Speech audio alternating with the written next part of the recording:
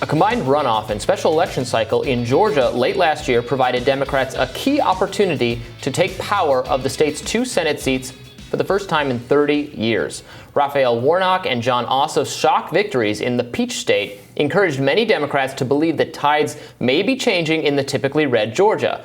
Few know that better than Greg Bluestein, political reporter at the Atlanta Journal-Constitution. In his upcoming book, Flipped: How Georgia Turned Purple and Broke the Monopoly on Republican Power, Bluestein examines how Georgia transformed from one of the staunchest Republican strongholds to the nation's most watched battleground state. Here to expand is Greg Bluestein himself. Welcome back to Rising, Greg.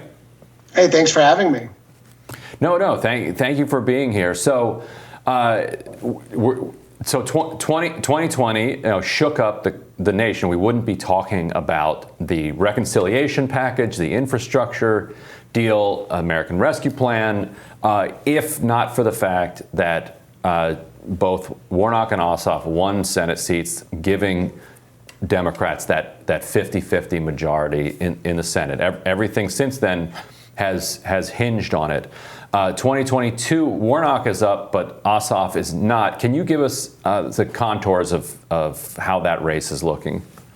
Yeah, Georgia is going to continue to be a premier battleground state next year as well. It's not like this was a one-time thing in Georgia. Yes, Senator Warnock is up for a full 6-year term because he won a special election to fill out retired Senator Johnny Isakson's last 2 years. And right now, it's looking like the Republican side of the contest is a race to the right? It is continuing to be a race that's dominated by former President Donald Trump, who held a rally here just a few weeks ago where he went on stage for the first time with his pro-Trump slate, which includes Herschel Walker, the former UGA football legend, who is now the front runner by far, it seems, in the Republican race for Senate here. He's raised more than $3 million. He is leading all the internal polls. And of course, he has former President Trump's blessing. So that alone kind of elevates him into the upper tier against Raphael Warnock, who's coming in with his own strengths, the United Democratic Party behind him, a ton of money, and the name recognition that goes along with all that money that was spent last year in the most expensive U.S. elections, non-presidential U.S. elections in the nation's history. How much do you think the Ossoff and Warnock victories were aided, made more likely by President Trump's behavior? You know, there's an idea in the national media, and one I share, that his inability to concede, to have this ongoing period of uncertainty actually crippled the effort that for Republicans to argue that we need to win these races to hold the Senate because we're going to be dealing with a hostile Biden administration. Talk to us a little bit about what you think and the case you make in your book. Yeah, and clearly that is a major factor in the 2020 elections, right? I mean, if you look at the heat maps of voters where they didn't turn out, where they turned out in November, didn't turn back out in January 5th, the runoffs, it was in Northwest Georgia, Marjorie Taylor Greene's district, and it was in South Georgia. It was also the 2 districts that Donald Trump emphasized that where he visited when he came during the runoff cycle. So those 2 districts, you had the lowest participation in terms of repeat voters on the Republican side.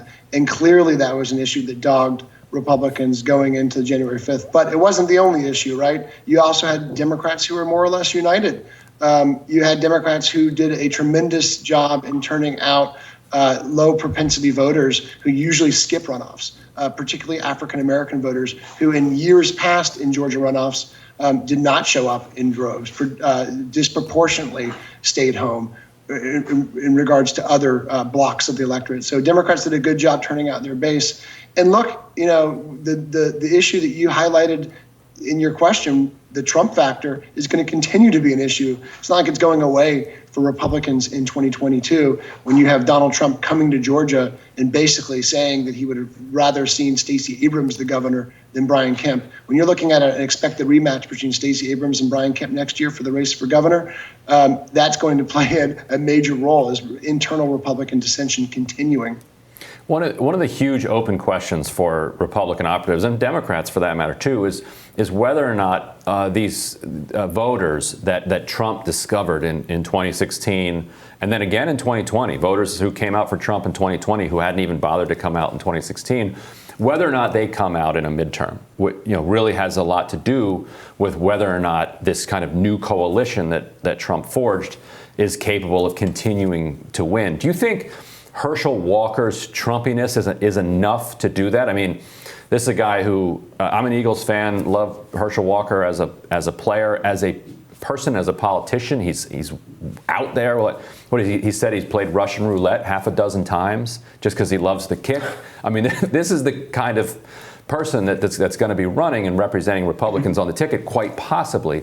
Is that enough crazy to bring Trump's people out in 2022, or is there just what indications are you getting on the ground that those Republicans are still engaged and will come out in a year? That's a great question, because we've seen a flood of Republican activists at these county GOP meetings.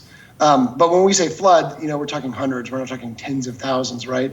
But we did see record numbers at county GOP meetings of Trump loyalists coming out. And those county GOP meetings have been places where, in some cases, the activists vote to censure Governor Kemp, and they vote to censure the Lieutenant Governor Jeff Duncan or Secretary of State Brad Raffensperger. So they're also a hotbed of internal friction as well. I'll say that Donald Trump's rally attracted thousands of people, but it was far fewer people than other rallies. And I've attended, 3 or 4 dozen of his rallies around the state, around the nation. Far fewer, far smaller crowd than I've seen in Georgia and elsewhere. And really, the mixed messages will continue, because Donald Trump's out there saying, vote for Herschel Walker for Senate, vote for Jody Hice for Secretary of State, but also stay home and don't vote for Brian Kemp, right? Also, I wish that, also support Stacey Abrams in a way. So it jars with the overall GOP message in much the same way it jarred with the overall GOP message in the runoffs, which was go vote in a rigged election, confusing a lot of voters I talked to. Yeah, I mean, Georgia shows exactly the problem with being so unable as a party, the GOP, to distance itself from Trump at all, even though the other political figures, McConnell, et cetera, would like to make some kind of clean break, but they can't, because there's enough voters who won't let them, and then enough voters who they don't need it to be Trump, but they don't want Trump slighted in some way, and then there's some that really want to be done with Trump, but the way to keep them all on board is to just let Trump do whatever he wants, but then you get a Georgia situation. Yeah, and Republicans still haven't figured out how to handle that, right? Because you've got Secretary of State Brad Raffensperger, who is being very confrontational with Trump, who just penned an op-ed in USA Today comparing Trump to Stacey Abrams, who is vilified by Republicans down here in Georgia. And then you've got Governor Kemp, who is playing a much more kind of hands-off approach. You'll never hear him criticize President Trump directly. You even saw him last week travel to the border, the U.S. border in Texas, to call to build the wall and stand for Trump's immigration policies and attack President Joe Biden. So you're seeing Republicans try to feel their way out in Georgia to how to handle Donald Trump if they're not if they're not one of his favored candidates. And it's a real tough decision, because as we saw in the January runoffs, if you're not on Team Trump, and if you haven't kind of bent over backwards to help Donald Trump, he will go after you. And if you could forecast Georgia out, say like 8 or 10 years, I'm curious if you could see it, if there are any other states that you see it evolving like. So Virginia, right across the river from where we are now, was a pretty strongly Republican state for a long time. Then it became purple. And then all of a sudden, the Republican Party of Virginia became dominated by its craziest elements, pulled it further to the right, which then allowed kind of the Democratic Party to kind of swoop in and fill that vacuum. And so now you have a pretty comfortably blue state. Doesn't mean that Republicans won't occasionally win the governorship. They own the governor's mansion in Maryland, which is a thoroughly blue state. But it means that on a national level, Senate level, presidential level, it's not competitive anymore. Or we're Pennsylvania, which swings back and forth. How do you see Georgia unfolding over the next 4 to 8 years? Yeah, and that's a great question that people down here ask all the time. Is Georgia more like Virginia, which is more reliably blue, or more like Florida, which is very close but tends to tilt red? And my gut tells me more like Florida in terms of its very close political dynamics. Elections will be decided by 1 or 2 points, not by 8 or 10 like it used to be in Georgia. But I also think that 2022 will go a long way. And you saw the census numbers in the nation, and particularly in Georgia, showed an exploding population of minorities, Hispanics, Asian Americans, and of course African Americans, who are also voting in larger proportions. And in rural, more sparsely populated rural areas are losing their clout in the state legislature here. And of course, they're losing population. And so that will force Republicans to try to retake the suburbs and take up issues that, have kind of been lost to them in this. I mean, the suburbs in Georgia was the breeding ground for Newt Gingrich and Johnny Isakson and all these sort of establishment-minded Republicans like Tom Price. And now they are solid blue bastions that are basically citadels for Democrats in the 2020 elections. It's fascinating. Greg, thank you so much for sharing your expertise with us. We really appreciate it. And we're looking forward to reading your book.